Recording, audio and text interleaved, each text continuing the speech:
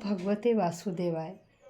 साधकों, हम श्रीमद् भगवद गीता के 9वें अध्याय परम गूढ़ ज्ञान का श्रवण कर रहे हैं और श्लोक संख्या 9 तक श्रवण कर चुके हैं, जिसमें भगवान श्री कृष्ण अर्जुन को बता रहे हैं कि देखिए, भगवान हमेशा कर्मों में आसक्त नहीं रहते। वह सृष्टि को उत्पन्न करते हैं, जो चेतन है वो अपने कार्य करते हैं और आसक्त रहते, लेकिन भगवान इस सृष्टि को उत्पन्न करके उनके कर्मों में आसक्त नहीं रहते, वह अनासक्त भाव से रहते हैं। और कहा कि देखिए, उदासीन भी रहते हैं। उदासीन कैसे? कि जैसे कोई जज अपनी कुर्सी पर बैठा हुआ अनेक प्रकार के मुकदमों का निवारण करता है, किसी को फांसी की सज़ा सुनाता है, किसी को आजीवन कारावास की सज़ा सुनाता है और किसी को बरी भी कर देता है। और इस प्रकार के वह न्याय करने के बाद वह किसी प्रकार का नहीं सोचता है, उनसे वो उदासीन रहता है, क्योंकि उसका कर्तव्य था, जो कार्य आया उसने उस कार्य के अनुसार उसका फल उन्हें सुना दिया। इसी तरह से भगवान भी क्या है, उदासीन रहते हैं, प्रकृति में हर चीज़ को उत्पन्न करके उनसे उदासीन रहते हैं। अब हम आज श्लोक संख्या 10 का श्रवण करेंगे, जिसमें क्या है, श्री कृष्ण अर्जुन को बता रहे हैं कि हे अर्जुन, जो ये प्रकृति है ना, ये मेरी शक्ति का ही एक अंश है। मेरी शक्ति का ही एक रूप है। मैं उस रूप से इस प्रकृति को प्रकट करता हूँ और फिर जैसा मैं आदेश देता हूँ, प्रकृति फिर उस आदेश के अनुसार ही कार्य करती है। किस प्रकार से? कि जैसे देखिए, मैं प्रकृति को आदेश देता हूँ और जैसे एक स्त्री के गर्भ में कोई जीव जाता है तो वो मेरे आदेश से ही जाता है। बिना मेरे आदेश से ऐसा कोई किसी भी प्रकार का कोई भी कार्य नहीं होता है। कोई भी कार्य है वह मेरे आदेश के अनुसार ही होता है। और वो काम कौन करता है? प्रकृति। ये प्रकृति मेरा ही एक अंश है। जो आपको दिखाई दे रहा है, समस्त संसार में अलग अलग प्रकार के योनियाँ दिखाई देती हैं, पशु दिखाई देते हैं, जलचर दिखाई देते, ये सब क्या हैं? यह मेरा ही अंश है। और प्रकृति में यह अपने अपने कर्मों के अनुसार ही फल प्राप्त करते हैं। तो आइए श्लोक संख्या 10। मया अध्यक्षेन प्रकृतिः सूयते स चराचरं हेतुनानेन कौन्तेय जगद विपरिवर्तते। मया अध्यक्षेन, मया मेरे द्वारा अध्यक्षेन, अध्यक्षता के कारण। यहाँ श्री कृष्ण बता रहे हैं कि इस पूरे संसार में अध्यक्षता किसकी है? उस भगवान की ही अध्यक्षता है। तो कह रहे हैं, हे अर्जुन, मेरी अध्यक्षता के कारण ही प्रकृति, ये सारी जो प्रकृति है वो सूयते, प्रकट होती है, चराचरम, इस जड़ और चेतन संसार में। कह रहे मेरी जो प्रकृति है ये मेरी अध्यक्षता के कारण ही इस जड़ और चेतन संसार में क्या है, आपको दिखाई देती है, प्रकट होती है। हेतु अनेन, अनेन इस हेतु कारण से, कौन्ते, हे कुंती पुत्र, जगद यह सारा संसार विपरिवर्तते, क्रियाशील है।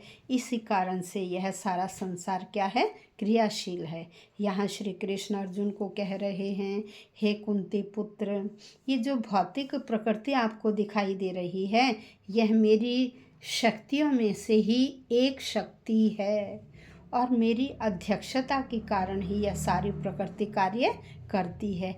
जितने भी चर और अचर, जो जड़ और चेतन, जितने भी जड़ चेतन प्राणी हैं, चर अचर हैं, वो सब मुझसे ही, अर्थात मेरी इस प्रकृति से ही उत्पन्न होते हैं और इनकी अध्यक्षता मैं करता हूँ और यह बार बार उत्पन्न होते हैं और विनष्ट होते रहते हैं।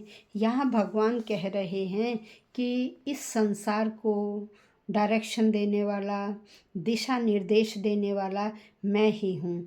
पूरी प्रकृति मेरे अधीन है, मैं ही इस प्रकृति को दिशा निर्देश देता हूँ, मैं ही इसका निदेशक हूँ। मेरी आज्ञा के बिना कोई भी कार्य नहीं हो सकता।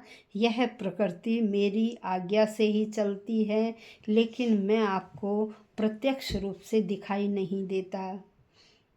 अप्रत्यक्ष रूप से मैं इन सब का संचालक हूँ, और मेरी इच्छा के बगैर यहाँ संसार में एक पत्ता भी नहीं हिल सकता। यह सारा भगवान श्री कृष्ण अर्जुन को समझा रहे हैं।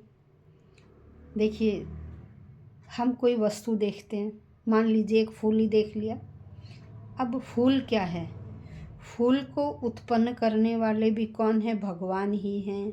और उन्हें फूल का रूप कैसे मिला? उनके कर्मों के अनुसार, उन्होंने जैसे कर्म किए होंगे, क्योंकि हम बार बार इस सृष्टि में आते हैं और उसके बाद हम विनष्ट हो जाते हैं। तो जब हमें नेक्स्ट योनि मिलती है, दूसरी योनि में जब हमें जन्म मिलता है, तो हमारे जो पहले योनि के संचित कर्म थे, उन कर्मों के अनुसार या मृत्यु के समय हमारी जो इच्छाएं थी, उस इच्छा के अनुरूप ही हमें अगला जन्म मिलता है। तो जैसे फूल को फूल योनि मिली, और कैसी प्रकृति है, हर कोई उसे देखना चाहता है। और फूल में क्या सुगंध भी है। फूल और सुगंध, यह दोनों क्या हैं? क्या अलग अलग हैं? नहीं, यह अलग नहीं है। अगर फूल है तो सुगंध उसी में है, और सुगंध है तो फूल है। इसी तरह से यह जो सारी संसार है, भौतिक संसार है, यह उस ईश्वर की प्रकृति का ही एक अंश है। और ईश्वर की जो इच्छा होती है, उन्हें फिर अलग अलग योनियाँ प्रदान कर दी जाती हैं, जिसे वो उस रूप में प्रकट कर देते हैं।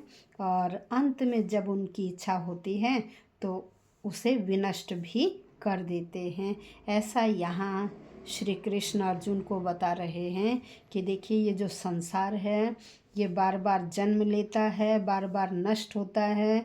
यह अपने कर्मों के अनुसार इस प्रकार से, और यह जो सारा कार्य है वो मैं प्रकृति के माध्यम से ही करवाता हूँ। ऐसा यहाँ श्री कृष्ण अर्जुन को समझा रहे हैं। तो हमें भी यह अभी इतने जो 9 अध्याय हम श्रवण कर चुके हैं, तो हमें भी यह पता लग गया कि हमें इस योनि में जन्म कैसे मिला। जैसे हम कर्म कर चुके थे, उन कर्मों के अनुसार ही हमें मनुष्य योनि मिली। और मनुष्य योनि ऐसे ही नहीं मिलती है। मनुष्य योनि में आने के लिए तो देवता भी लालायित रहते हैं। तो हमें इस अपने मनुष्य योनि को बेकार नहीं करना चाहिए। हमेशा अच्छे अच्छे कार्य करिए, हमेशा सत्य का आचरण करिए।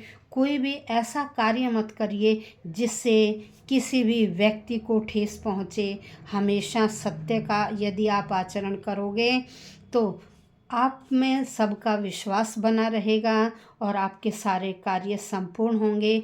यदि आप सत्य का आचरण नहीं करेंगे तो आप कदम कदम पर महसूस करेंगे कि जैसे आप क्या हैं, आप अपनी नज़रों से ही गिर जाएंगे। दूसरे व्यक्ति को कहने की ज़रूरत नहीं पड़ेगी, आप स्वयं ही अपनी नज़रों से गिर जाएंगे। इसलिए हमेशा सत्य का आचरण कीजिए ताकि आपका यह जीवन सफल हो सके। धन्यवाद।